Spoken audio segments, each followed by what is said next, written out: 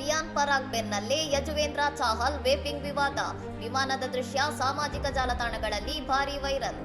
May 6ರಂದು Punjab Kings ತಂಡ ಹೈದರಾಬಾದ್ಗೆ ಪ್ರಯಾಣಿಸುತ್ತಿದ್ದಾಗ ವೇಗಿ ಹರ್ಷದೀಪ್ ಸಿಂಗ್ ಅವರು ಚಿತ್ರೀಕರಿಸಿದ ಟ್ರಾವೆಲ್ ಲಾಗ್ನಲ್ಲಿ ಚಾಹಲ್ ಅವರ ಈ ದೃಶ್ಯ ಸೆರೆಯಾಗಿದೆ. ವಿಮಾನದ ವಿಂಡೋ ಸೀಟ್ ಬಳಿ ಕುಳಿತಿದ್ದ ಚಾಹಲ್ ಅವರು ಕೈಯಲ್ಲಿ ಯಾವುದೋ ವಸ್ತುವನ್ನು ಹಿಡಿದು ವೇಪಿಂಗ್ ಮಾಡುತ್ತಿರುವಂತೆ ವಿಡಿಯೋದಲ್ಲಿ ಕಂಡುಬಂದಿರುವುದು ಕೋಲಾಹಲಕ್ಕೆ ಕಾರಣವಾಗಿದೆ.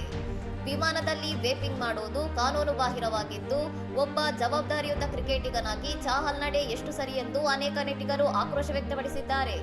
ಕೆಲವರ ಅಭಿಪ್ರಾಯದಂತೆ ಚಾಹಲ್ ಅವರು ನಿಜವಾಗಿ ವೇಪಿಂಗ್ ಮಾಡಿಲ್ಲ, ಬದಲಾಗಿ ರಿಯಾನ್ ಪರಾಗ್ ಅವರ ವಿವಾದವನ್ನು ಅಣಕಿಸಲು ಸ್ಪ್ರೇ ಹಿಡಿದು ವೇಪಿಂಗ್ ಮಾಡುವಂತೆ ನಟಿಸಿದ್ದಾರೆ ಎನ್ನಲಾಗಿದೆ. ವಿಡಿಯೋದ ಒಂದು ತುಣುಕನ್ನು ಮಾತ್ರ ಕತ್ತರಿಸಿ ಪೋಸ್ಟ್ ಮಾಡಿರುವುದು ಈ ಗೊಂದಲಕ್ಕೆ ಕಾರಣವಾಗಿದ್ದು, ಇದು ಕೇವಲ ತಮಾಷೆಗಾಗಿ ಮಾಡಿದ ಪ್ರಯತ್ನ ಎಂಬ ವಾದಗಳು ಕೇಳಿಬರುತ್ತಿವೆ. ಇನ್ನಷ್ಟು ಸುದ್ದಿಗಳಿಗಾಗಿ ನೋಡ್ತಾ ಇರಿ ಸೌರಂ ಟಿವಿ.